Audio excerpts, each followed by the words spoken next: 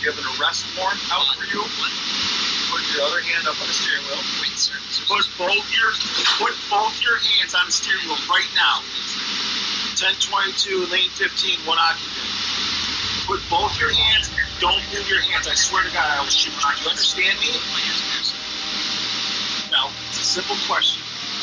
Do you have an arrest warrant?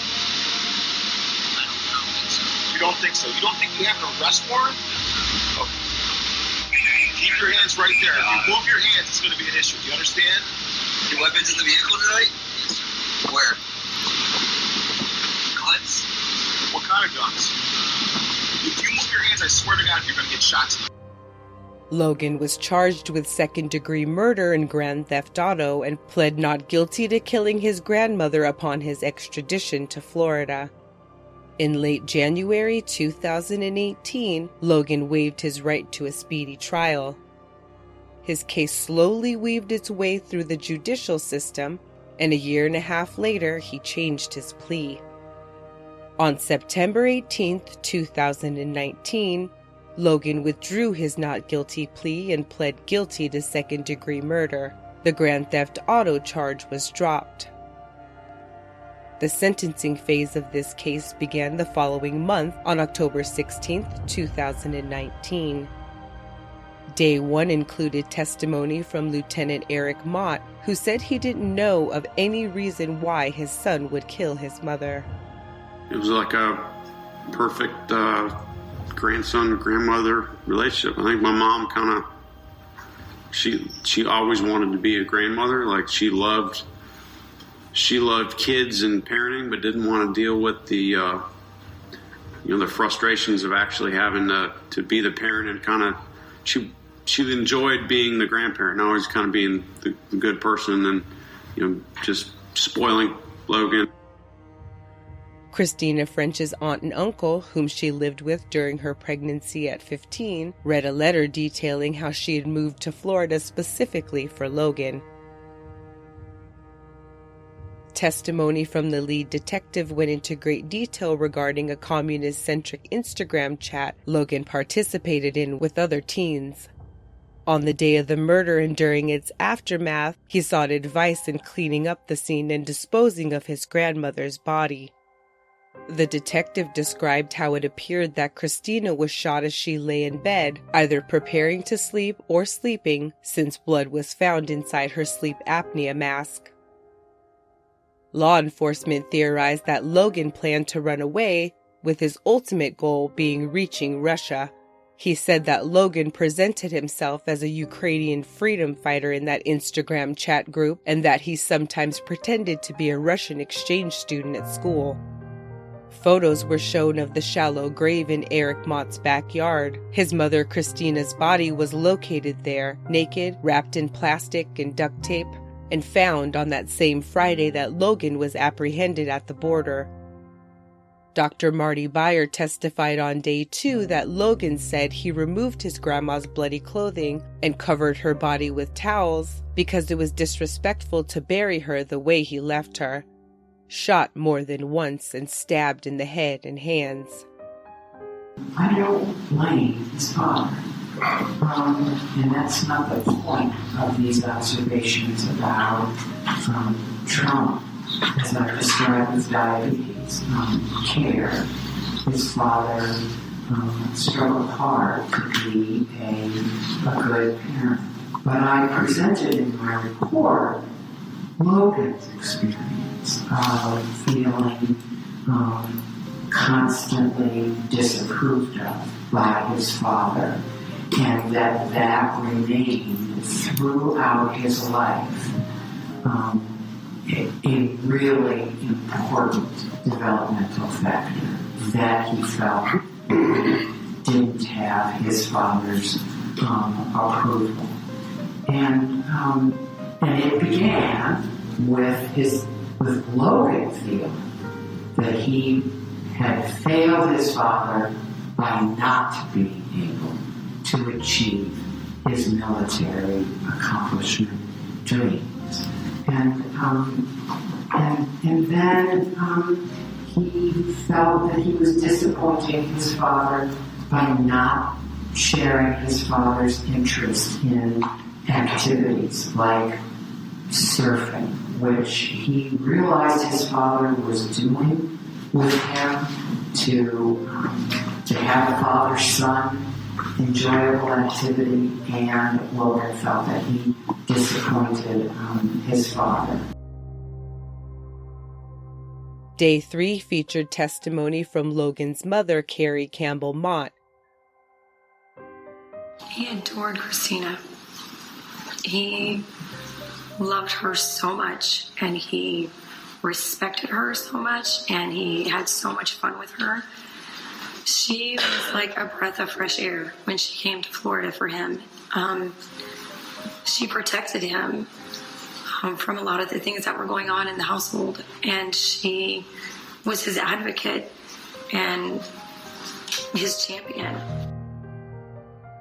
Miss DeLifus, the Fletcher Middle School nurse, also testified about her relationship with Logan, saying that she has visited him since the moment she could, that she routinely sends him letters, and that she sent him over 330 books since his incarceration. If Logan could go back to that second,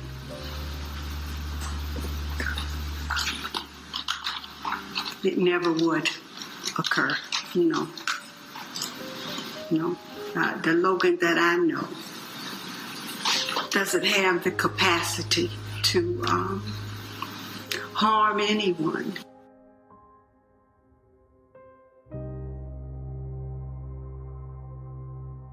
The hearing would take a hiatus and resumed for final testimony on November 27, 2019.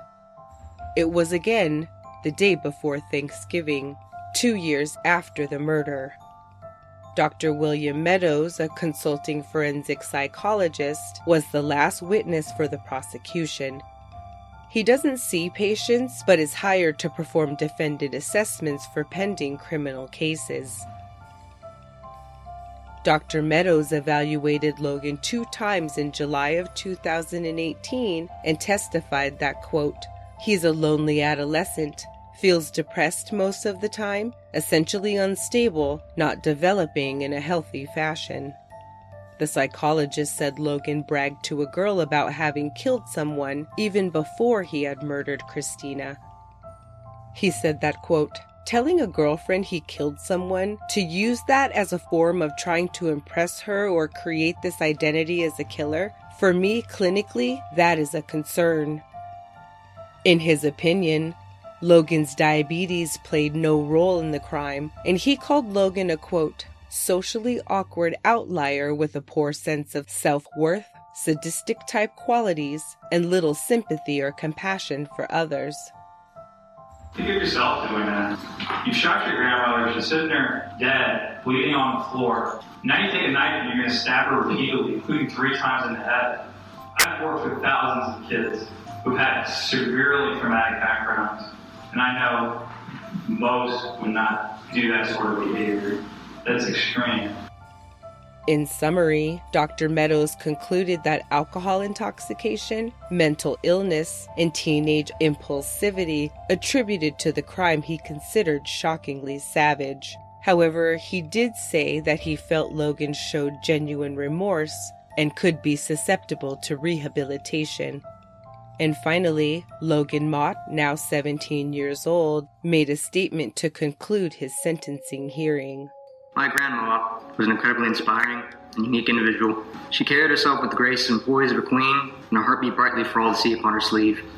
She was funny, kind, and full of the sort of optimism usually confined to those pure of heart children who had yet to experience the world and its cruelties. I knew she had faced adversity in her life, and the fact that she did so and kept her ability to see the good in the world always amazed me, even through my own deep disappointment and cynicism towards everything. She was quirky and was never ashamed of it. She never went to the ocean above her hip. She was a woman who appreciated good food and could chuckle at a ruined dish. Her fear of snakes was always a thing of amusement in our family, and she was never afraid to recount the story of my saving her from one the size of my forearm. In all my years, I've never met another Kristina. No one has her ability to touch everyone around them so personally. She could talk to anyone, no matter their status or rank. She was soft-spoken, but I never once saw one not stop what they were doing in order to listen to her words.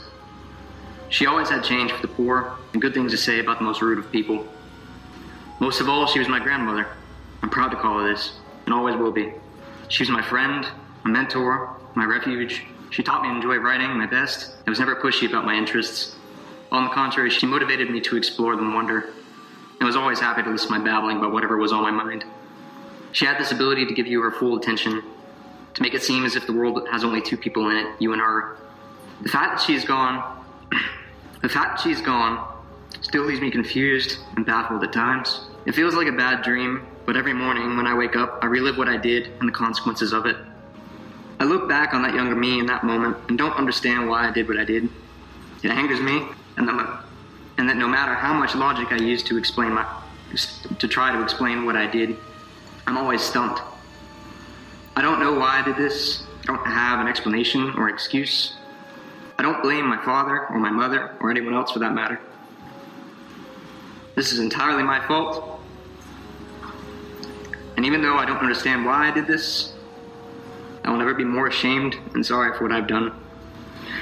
If my grandmother were alive, I don't know exactly what I'd say. Perhaps first I'd tell her I'm sorry. I am sorry. The world is a darker place without her presence, her tenacity, and her kindness. I once heard my grandmother described as being a guardian angel. I don't believe in angels, but if they do exist, no doubt my grandmother is one of them. The next thing I tell her is thank you. I'm alive today because of her. I wish the circumstances of my saying this were different, but her loss saved my life. My imprisonment saved my life. If I'd never been arrested, if I'd never taken my grandmother's life in that moment of drunken desperation, I don't know if I could honestly say that I could be alive today. Either I would have ended my life with my own hand or drank myself to death. My grandmother saved my life. In death, she did as much as she did in life. She filled the world with an all-encompassing kindness and love like a blanket. I'm sorry I took that goodness from the world. I had no right to do what I did and no justification. If my grandmother were here today, I'd tell her I'm sorry, and that I thank her for the things she gave me in life and in death. One of those was my life. And the ability to stand here and the strength to stand here today and say these words. I loved my grandmother. I love my family also. And sorry I feel for my actions will haunt me to my dying day. I apologize to everyone, and I wish to say I'm sorry for my actions, to my mother and father, to my siblings, which will live their lives without a big brother to deserve to guide them through life. Aunts and uncles who lost a beloved sister by my hand. Grandmothers or grandfathers who lost a loving daughter and a young grandson. I'm sorry, and I understand if I'm not forgiven. The judge has set the date of sentencing as December 19th, 2019. Logan faces 15 to 40 years in prison and will remain in juvenile custody until 21, when he will be transferred to adult prison. The prosecution has asked for the maximum, while the defense, Logan's parents, and Kristina French's uncle have all asked for the minimum sentence allowed to be imposed. Just days after the 2-year anniversary of the senseless murder, the family of Kristina French and Logan Mott know their fates, live with their memories, and likely ponder the ultimate effect of raising a child in a battleground. As always, thanks for tuning in for another episode in the Logan Mott murder case. As soon as the final sentence has been handed down, you'll know. But until next time, lovelies, don't be scared.